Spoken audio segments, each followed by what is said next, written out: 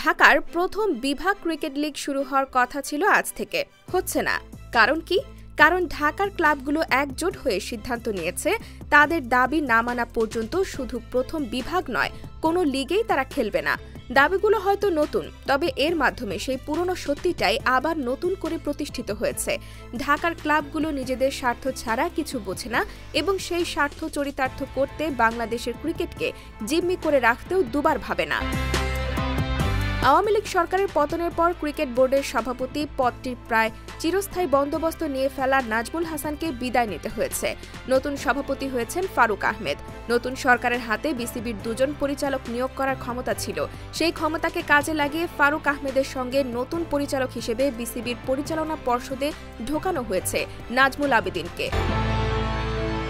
প্রথম আলোর প্রধান ক্রীড়া সম্পাদক উৎপল শুভ্র তার কলামে বলেছেন, প্রস্তাবিত নতুন গণতন্ত্রে কি আছে যে ঢাকার ক্লাবগুলো যেভাবে হোক তা ঠেকাতে উঠে পড়ে লেগেছে?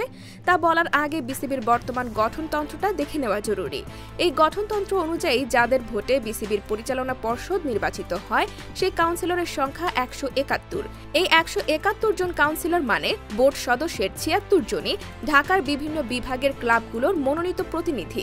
এর অর্থটা বুঝেছেন তো? পরিচালনা পর্ষদের গঠন দেখলে প্রশ্নটা আরও বড় হয়ে উঠবে। ২৫ সদস্যের পরিচালনা পর্ষদের ১২ জনই ঢাকার ক্লাবের, বিভাগীয় বা আঞ্চলিক পর্যায় থেকে ১০ জন, বাকি ৩ জনের ২ জন জাতীয় ক্রীড়া পরিষদ মনোনীত, বিভিন্ন সংস্থা ও সাবেক খেলোয়াড়দের কোঠা থেকে ১ জন। বাংলাদেশ ক্রিকেট বোর্ডকে যে অনেকেই ঢাকা ক্রিকেট বোর্ড বলেন, এতে তাই আশ্চর্য হওয়ার কিছু নেই। কাউন্সিলর ও পরিচালকের সংখ্যা কমবে কেন? এই প্রশ্ন তোলা ঢাকার ক্লাব সংগঠকদের বরং উল্টো একটা প্রশ্ন করা উচিত। শুধুই ২-২.৫ মাসের একটা ওয়ানডে প্রতিযোগিতায় অংশ নেওয়া ক্লাবগুলো থেকে কেন পুরো দেশের ক্রিকেট বোর্ডে এতজন কাউন্সিলর ও পরিচালক থাকবেন? এতে তো সারা দেশের যৌক্তিক প্রতিনিধিত্ব থাকার কথা। অথচ আদর্শ কি এটাই হওয়া উচিত নয় যে ঢাকার সব ক্লাবের প্রতিনিধির ভোটে নির্বাচিত হবে ঢাকা বিভাগীয় ক্রিকেট অ্যাসোসিয়েশন? একইভাবে সব বিভাগের নির্বাচিত প্রতিনিধিরা আসবেন বিসিবিতে।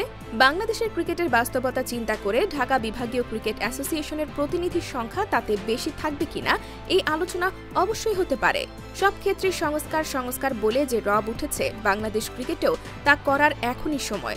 ঢাকার ক্লাবগুলোর চাপের কাছে নতি স্বীকার করা মানে এই সুবর্ণ সুযোগটা হেলায় হারানো।